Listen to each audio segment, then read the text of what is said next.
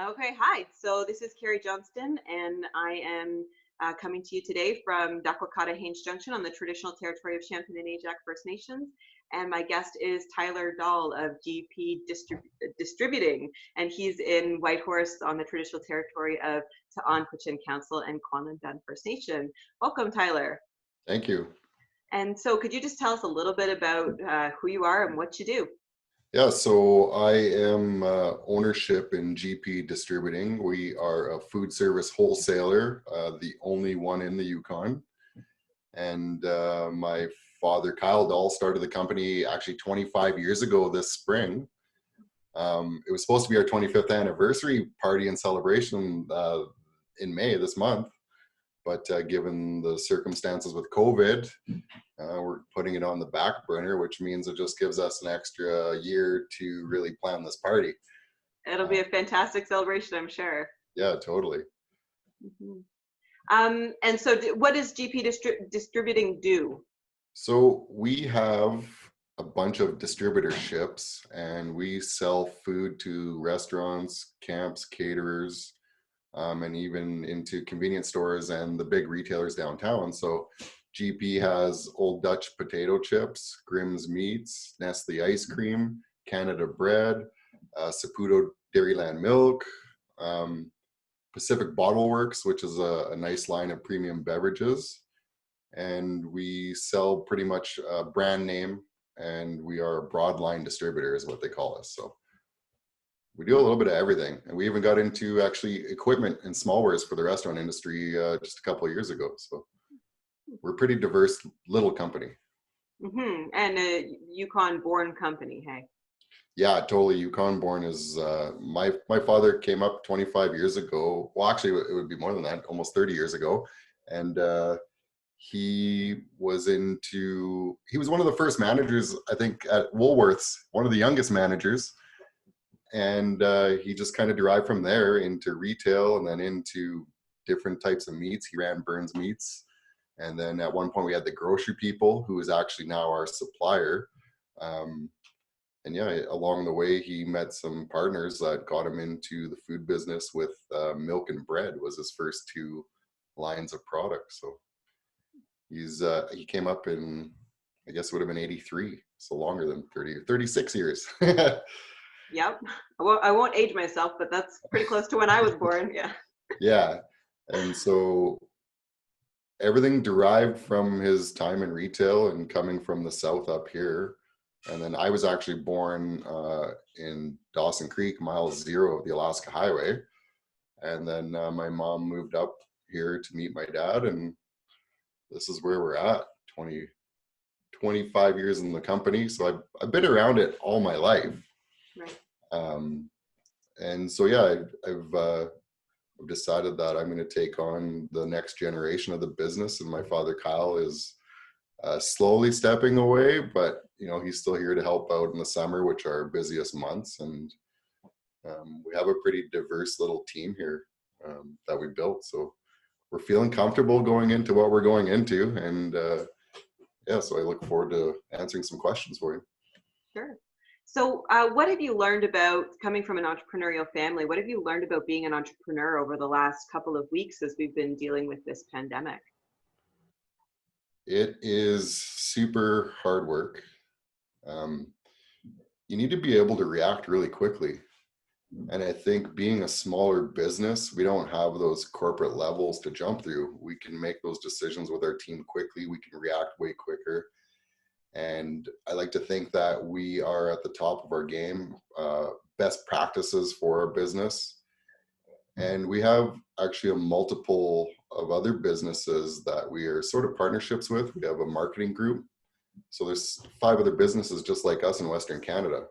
So we're really lucky that we get to, meet up, have a meeting of the minds, and try to make a system that works for all of us really quickly. So we have, some of the top business leaders in food distribution with us. So yeah, it's a lot of hard work. It's a lot of quick work, and it's kind of evolving daily. For the first couple of weeks when everything was coming down the pipeline, we had to keep reacting quickly to, number one, protect our employees, and number two, protect our clients. So yeah, it was overwhelming. We were really stressed out, but we really got a grasp of it within, you know, a week and a half, and we had a very smooth operating system right off the hop. So Hmm. yeah, it's an interesting dynamic, I guess. Um, and you really got to be at the top of your leadership game as a business owner to get your people through that. Because our goal is to never lay people off in these circumstances. We need their help. We want to keep them working, and we want to keep our economy bubbling as best as we can. So yeah. I keep hearing that in a lot of these interviews, sort of accept this situation, see what's happening, adapt, collaborate, and rely on your team.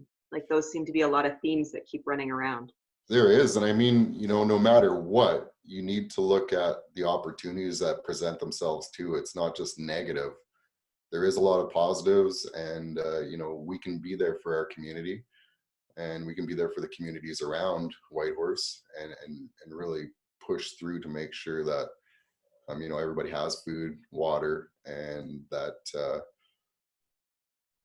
I guess that relieves a lot of stress for a lot of those people, knowing that we have access to all these products locally. We aren't that super reliant on the outside. We do have the stuff in the Yukon to supply and keep everybody fed and going. What are you learning about your customer in the last couple of weeks? Um, they are as stressed out as us. It's very uncertain because our customers are the restaurants, and small restaurants, I think, kind of live week to week.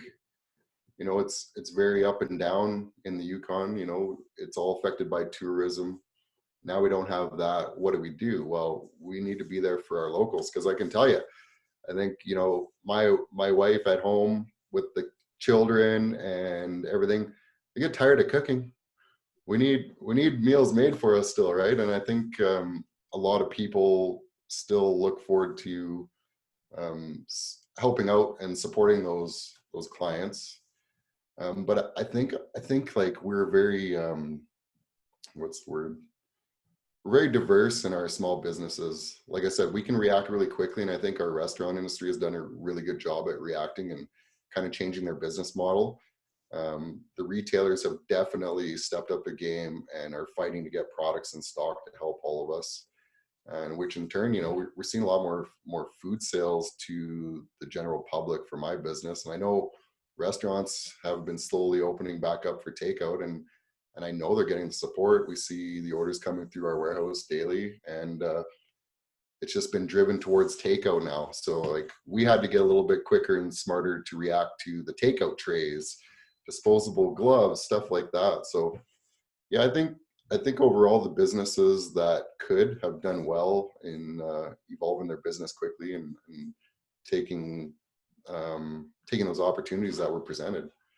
So And your business is evolving. You're launching new products or new concepts. yeah, well, you know, we started a partnership with Yukon Born and Raised.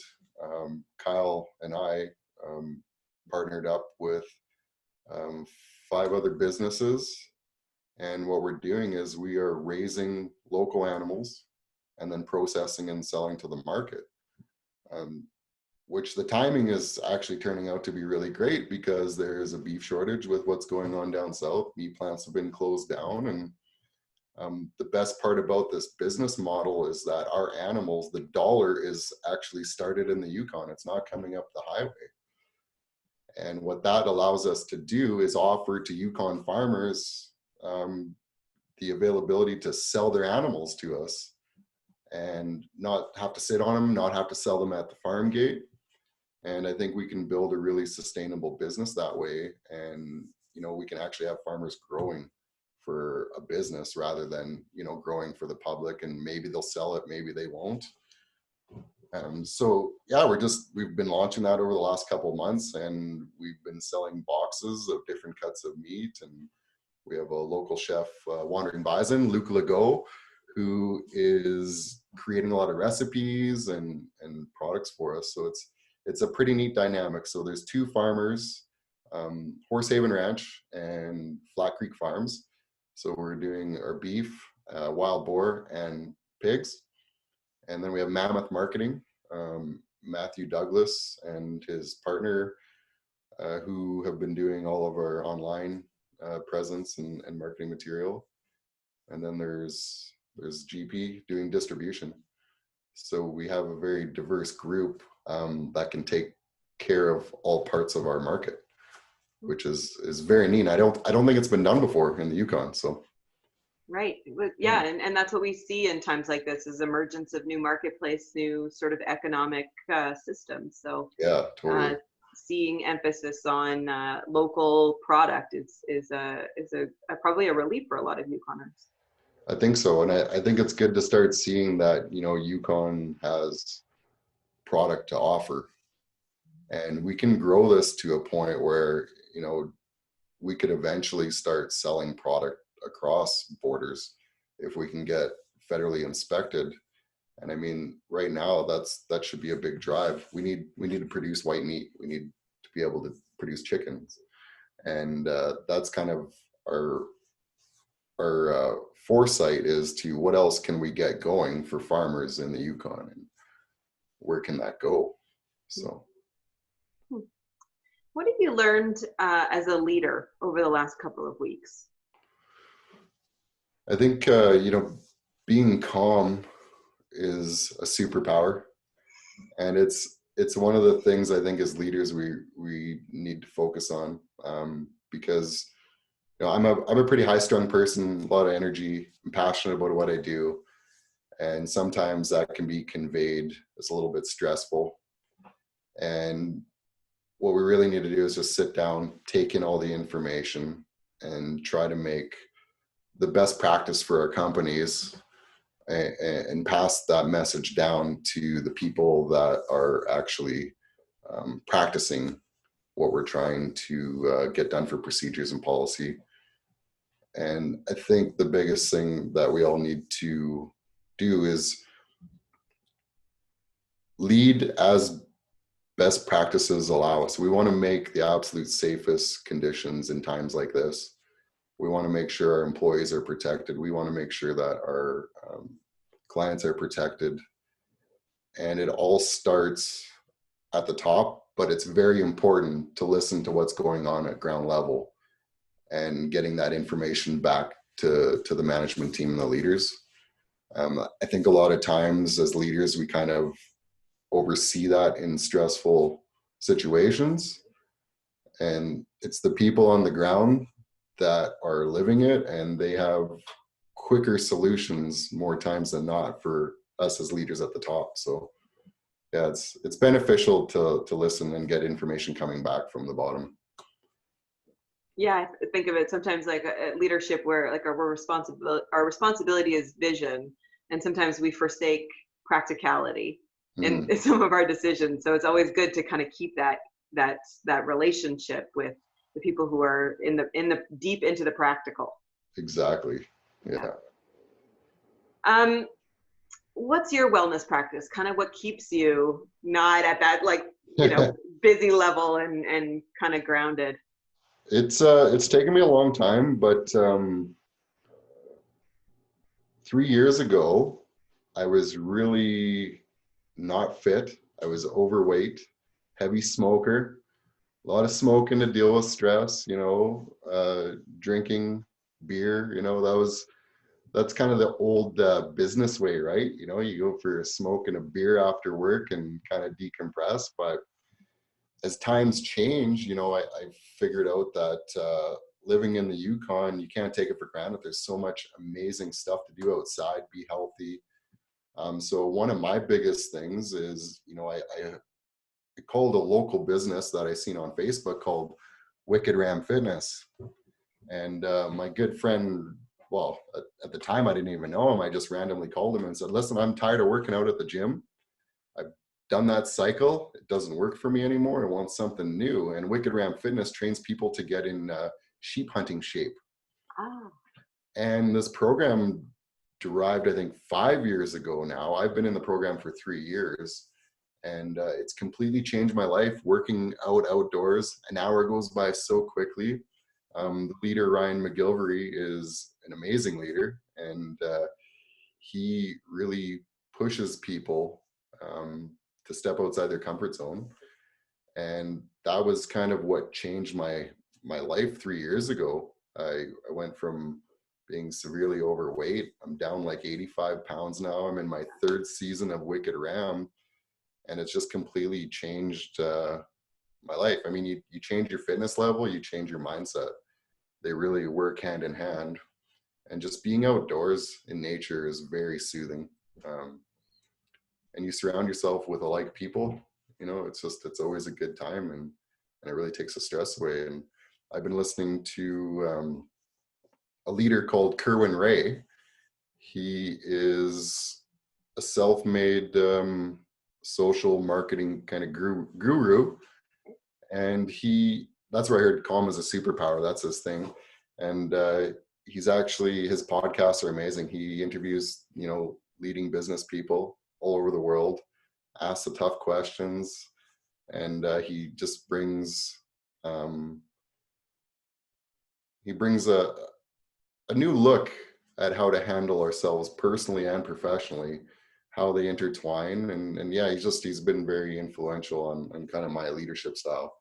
But yeah, fitness, some certain podcasts I listen to, and I love music and mountain biking. So that's my after work kind of cycle. I listen to my podcast, I go for a mountain bike ride, and I go work out. So I think it's very important to release physical stress, and that's the best way to do it. Absolutely. Do you have any advice for people who are thinking about starting a new business right now? Yeah, it's don't get too big too quickly. If you have a good product, your services, your personal services are what will always sell. You need to be able to bring solutions, always bringing solutions and helping people. That's where business grows. And I think, in times like these, if your service is helping, you're going to go a long way. Especially in the Yukon. That's what Yukoners are about, right? We are pretty much in the middle of nowhere still, and we need solution-based businesses because we're so far away from a lot of help, and I think overall you need to be willing to put in the hours. Any job that you start right now, it's 12 hours a day. And if you can get comfortable with that for the first little bit, I think you'll be successful, but you need to put those hours in. I agree. It's putting in the time, and it's learning. It's embracing that sort of lifelong learning and what you do, so that you can keep finding those sort of gaps in the marketplace. Yeah, and be very open, right? You need to be able to take feedback, really. That's probably the biggest one. If you can take constructive criticism and put in those hours, you'll be fine. You'll make a business. Any aha moments for you over the last little while? Probably had a few, putting me on the spot.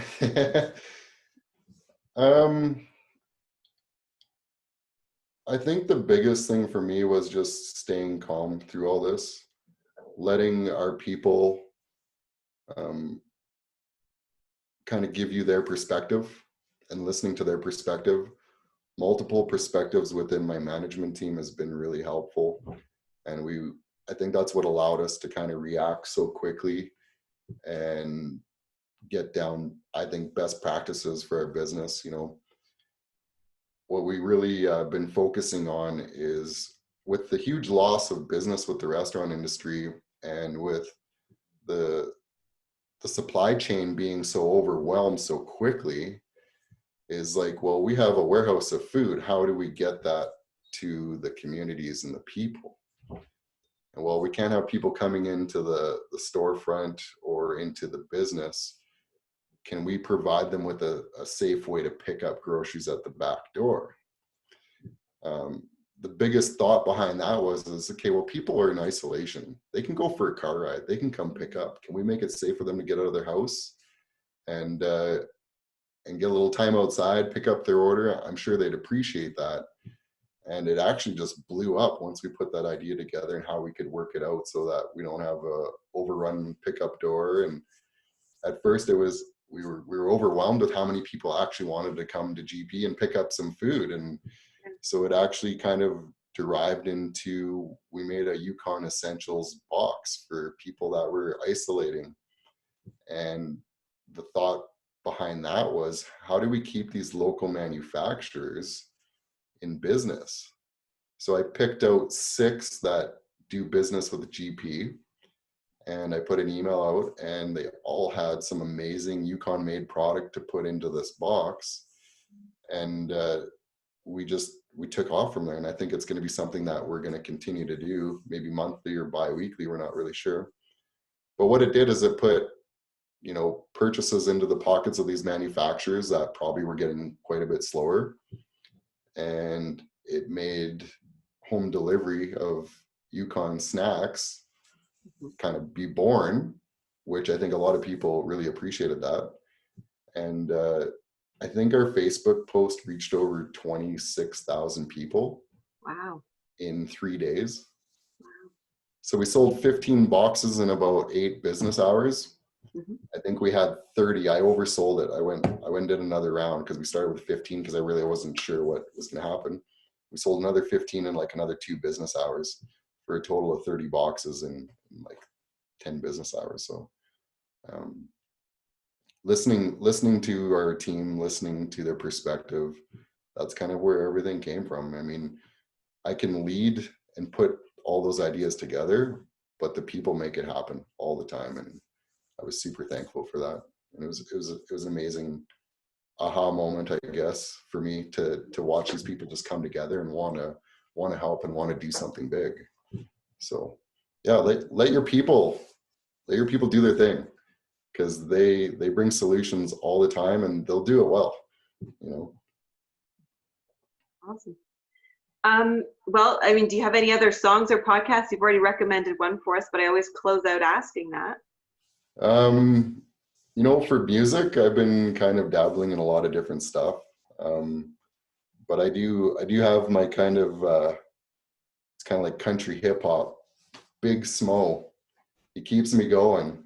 Awesome. And yeah, he has a song called Workin. Okay. That's a great song. So yeah. Yeah. Great. Well, thanks so much for your time today. It's been a pleasure chatting with you. Yeah, thanks for reaching out. I think it's good to get a message out for small business right now. And I hope all of us bounce back from these trying times. Well, I think we will if we keep working together. You bet. Right on.